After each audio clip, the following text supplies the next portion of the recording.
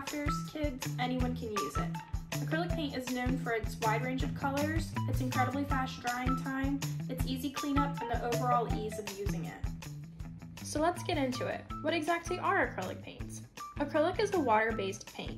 It can be used thickly or thinly depending on the amount of water added. Of course, you don't have to keep the thickness of the paint that comes in the bottle when you buy it. You can always dilute it with water yourself to make it thinner.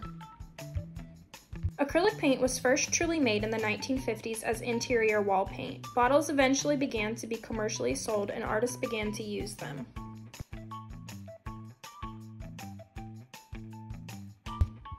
Acrylic dries very quickly depending on the thickness of the paint, and once it completely dries, it's actually waterproof, so you don't have to worry about if a glass of water gets knocked on it. Your painting is safe. So let's start with some basics. When buying your acrylic paints, only get the basics to start with. Red, blue, yellow, white, maybe some black and earthy tones. Remember that you can always mix your colors together to get your desired color. As for your brushes, you should buy synthetic paint brushes. Always make sure that you clean your brushes after each painting session. Once the paint dries on your brushes, it's nearly impossible to get out. Using water and a mild soap should do the trick. When drying your brushes, lay them flat on a towel or paper towel so it absorbs the water. Laying the brushes flat will prevent the water from loosening the glue in the brush.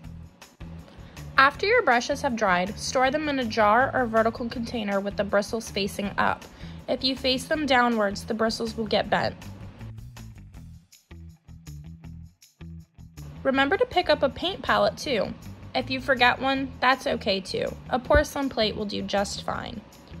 Always have a cup of water too. It will clean your brushes after each color use and waters down the paint if needed. But make sure you don't drink out of the cup afterwards. Allow it to only be for painting now. Now we can actually get into the painting part. I invited my friend Madison along to help me demonstrate painting with acrylics. To begin, we created our setup, which included our paint cup with water, brushes, paints, and a palette. Madison picked out the brushes she felt she needed for this project. We always like to make sure we have plenty of towels down so we don't actually get our surface dirty.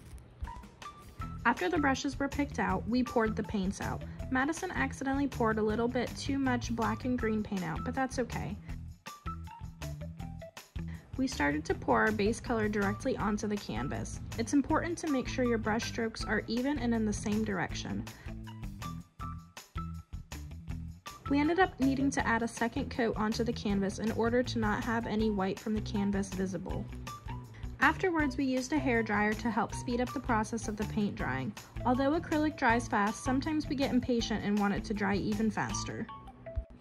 After the base was dry, we began to draw the design we chose. We were wanting to do something simple yet fun that most people would recognize. Madison and I ended up deciding on the plankton splatter from the TV show SpongeBob SquarePants.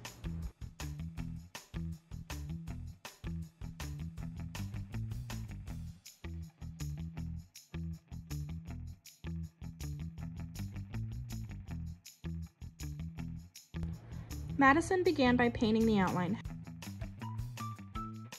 However, she then decided she made a mistake, and that's okay. Every artist makes mistakes. Madison decided it would be easier to paint the green part of the body of Plankton first and then do the outline. Doing it this way allows for an easier way to cover up potential paint outside the lines, and you also won't be painting over the outline.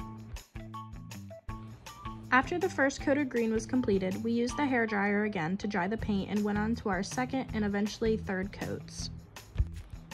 When moving on to our next color, Madison made sure to rinse out all the green from her paintbrush. She then returned to outlining the body with the black paint.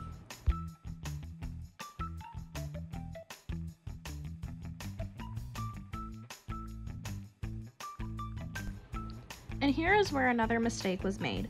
Her hand accidentally rubbed onto some black paint and it got onto the blue background of the painting. But we quickly realized it and began to fix it. We just got the color used for the background and painted over the black marks until it wasn't noticeable anymore. It was good as new.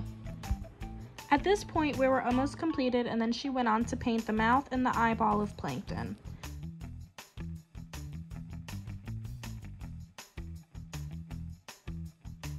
And then the painting was completed. Overall, the painting took Madison and I about an hour to complete. Always remember that when you're painting to have fun, because that's the most important part.